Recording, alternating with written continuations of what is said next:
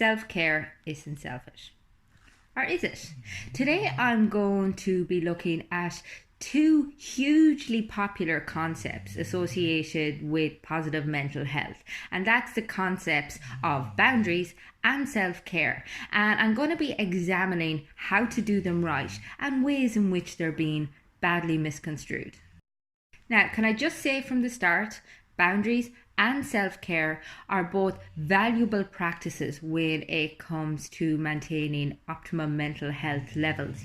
But again, it's about understanding how to apply them in your own life, what they are and what they're not. Starting off with boundaries. Boundaries are a fantastic way to create a very well-defined, safe space between you and another person, where communication is prioritized, where everybody feels that they are being heard, that they are being valued, they are being appreciated, and that they feel understood.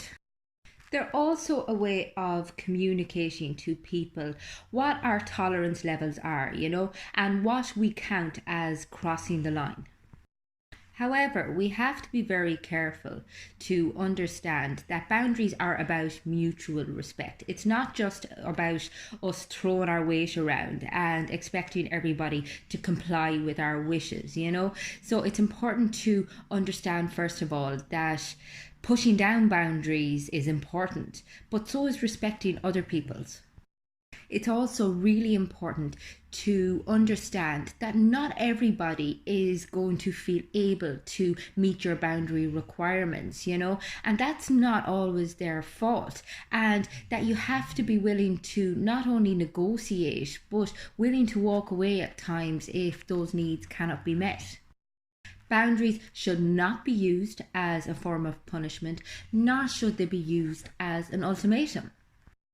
And also be very careful that when you're creating boundaries, that you're not in fact creating walls, that you're not basically shutting yourself off from everybody with these rigid regulations as to the way people have to interact with you.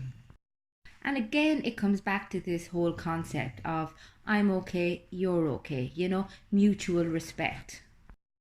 Self-care is another essential element to maintaining optimum mental, physical, spiritual and emotional health, but not if it comes at a cost to everyone else.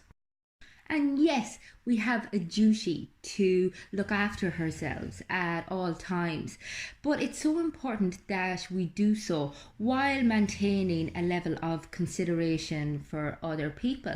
I mean, we forget very easily as well that in order to live a wholehearted life, it's important that we not only serve ourselves, but we also serve others, and I often encourage people to imagine what their funeral is going to be like, and imagine the sort of things are the sort of way they want to be reflected on, the sort of life they want to have lived, the sort of things they want people to say about them. And if you're not living that life at the moment because you're so focused on looking after my fame, then you may want to reconsider what you're doing. I have to be so careful with my self-care. I don't know if it's generic for people who struggle with their mental health or if it's just something that I experience, but I know that if I focus entirely on myself, I tend to wallow, I tend to become very self-centered in my thinking, and it actually serves me a lot better to be concerned with other people, to be helping other people as opposed to always putting myself first.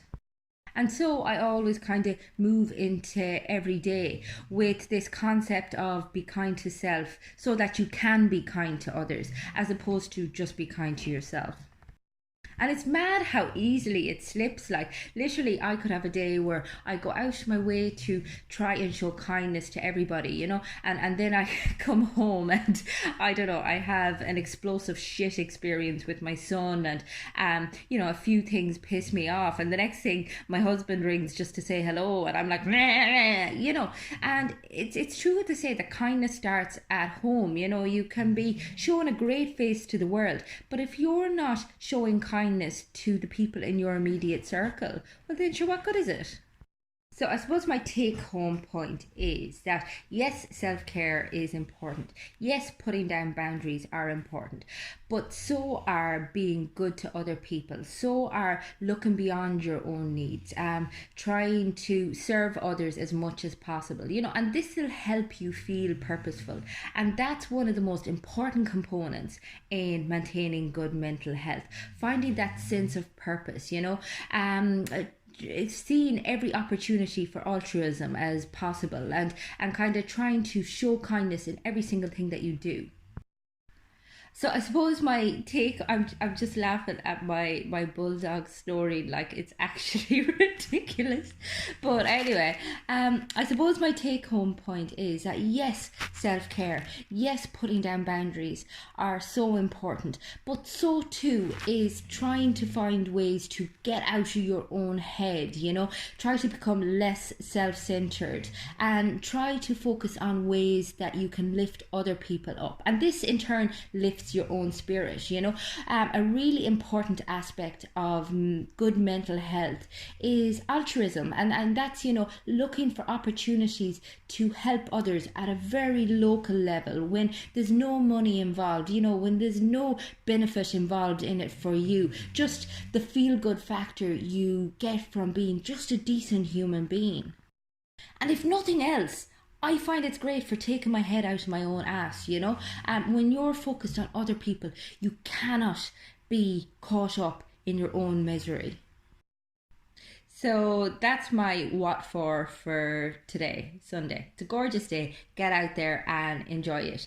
And again, if you would like any further information on any of the topics that I talk about, get in touch rather, on the website. It's fundamentals.ie, or indeed send me a direct message either on Facebook, Instagram, Twitter, yourself. Have a beautiful day.